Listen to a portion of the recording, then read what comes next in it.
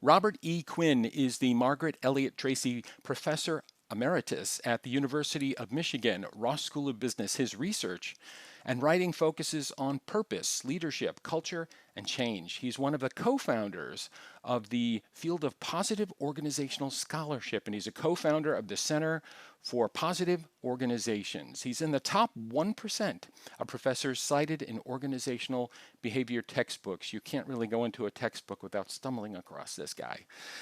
He's published over 18 books, among them Deep Change, The Best Teacher in You, The Positive Organization, Breaking Free of Conventional Cultures, Constraints, and Beliefs, and The Economics of Higher Purpose, 8 Counterintuitive Steps for Creating a Purpose-Driven Organization. I'm talking to the right guy. Robert, how are you? How's everything going? Doing very well. Glad to be here. Let's just jump in. I saw a post that you did on LinkedIn. I think it linked to something larger, maybe 2, 3 weeks ago, that had to do with, I think the post was entitled Reducing Conflict at Home, Learning the Way to Success. And it struck me as sort of I've been speaking to a lot of people about working at home and challenges and stuff like that. What can leaders take away um, leaders at work take away from being a good leader at home? Yeah, that post came from a really interesting experience with several women who had 3 or 4 children each. And we got in a conversation one night and they insisted on meeting, and the meetings continued. And I began to call them the culture mothers. And they were interested in leading their families. That is changing the culture of the family. Leaders, we someone has a position, we call them a leader. That doesn't make you a leader. Mhm. A leader is someone who's changing the culture so it's better every day than it was yesterday. And they were interested in doing that. And it turned into a miraculous thing. The things they did were astounding. Well, one day in a room full of executives, I told that story as a minor point. And one of these executives went home, and that was the major thing he remembered from the week. And he determined to change the culture of his family. And so they wrote a creed. And he said it was good experience, but it didn't work. Um, and he then went in at the beginning of the pandemic to work. He said he's Jewish, and there's a prayer he often utters in the parking lot before he goes in the building. Mhm. And he said that led to a change in perspective. He went back home and he increased the efforts of communicating with his kids, his wife, etc., applying the principles he learned. And he was writing to me to tell me how everything had changed, Hmm. including the creed. They were now embracing the creed. Now, that's a simple little story. We tend to laugh at it and say that's nice. I think that's a profound story. When I go to work every day, am I having that kind of impact? Mhm. Am I changing the culture of my team, my unit, my division? Most of us don't even aspire to do that. And then we go home and we don't aspire to do it at home either. Right, right, right. Hey, I've got a question for you. What about those unlucky few who have to work from home alone? Do you have any like 1 or 2 bits of advice who don't have the benefit of sort of like working through family charters or working with the kids or stuff like that? These people who are just working from home alone? I think that's a hugely important question. Um, I'm surrounded by people, Hmm. and yet I find this process gets me down. And what that says is I can just react, that is, get depressed, that's flight, or I can get angry, that's fight, that's what biology would predict, or I can go a third way, Hmm. and that is I can lead myself consciously.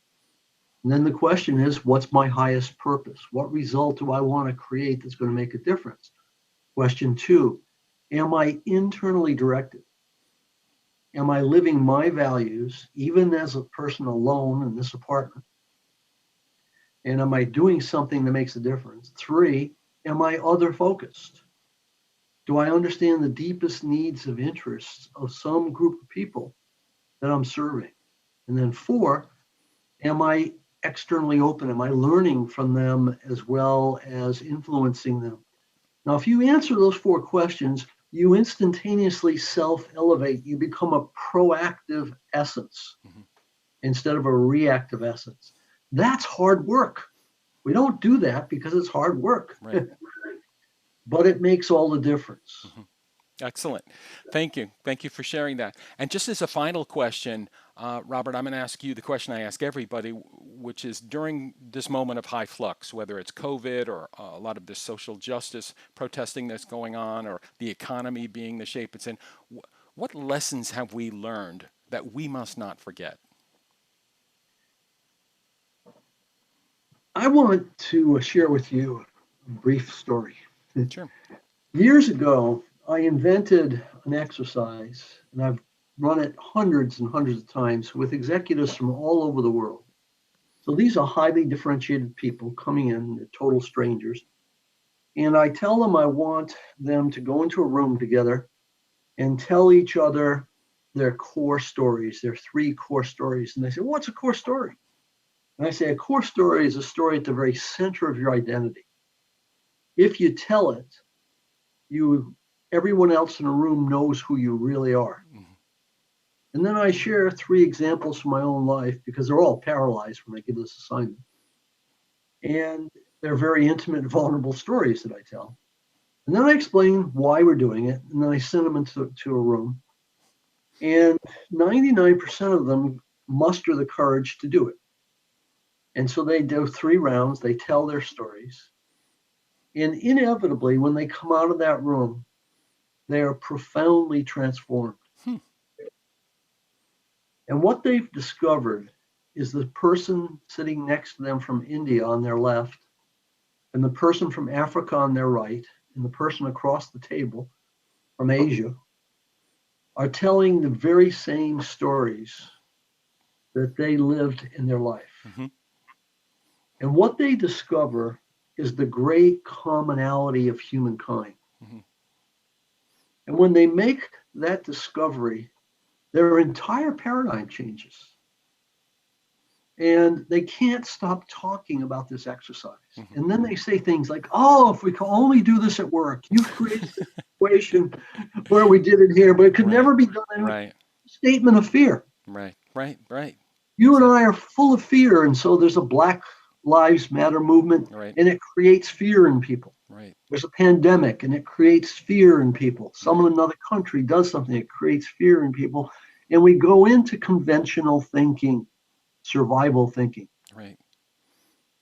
We flourish when we understand that diversity is not about bringing in people of difference. It's about bringing them in and integrating them in relationships of high trust. Yes.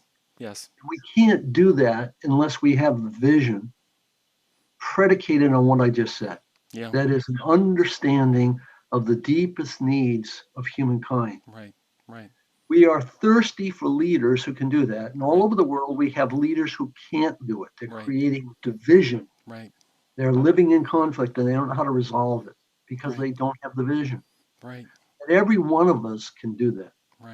Hey, Robert, I really appreciate the time you've given me here today. It was so great catching up with you again. I wish you well, and have a great rest of the day. Same to you, my friend.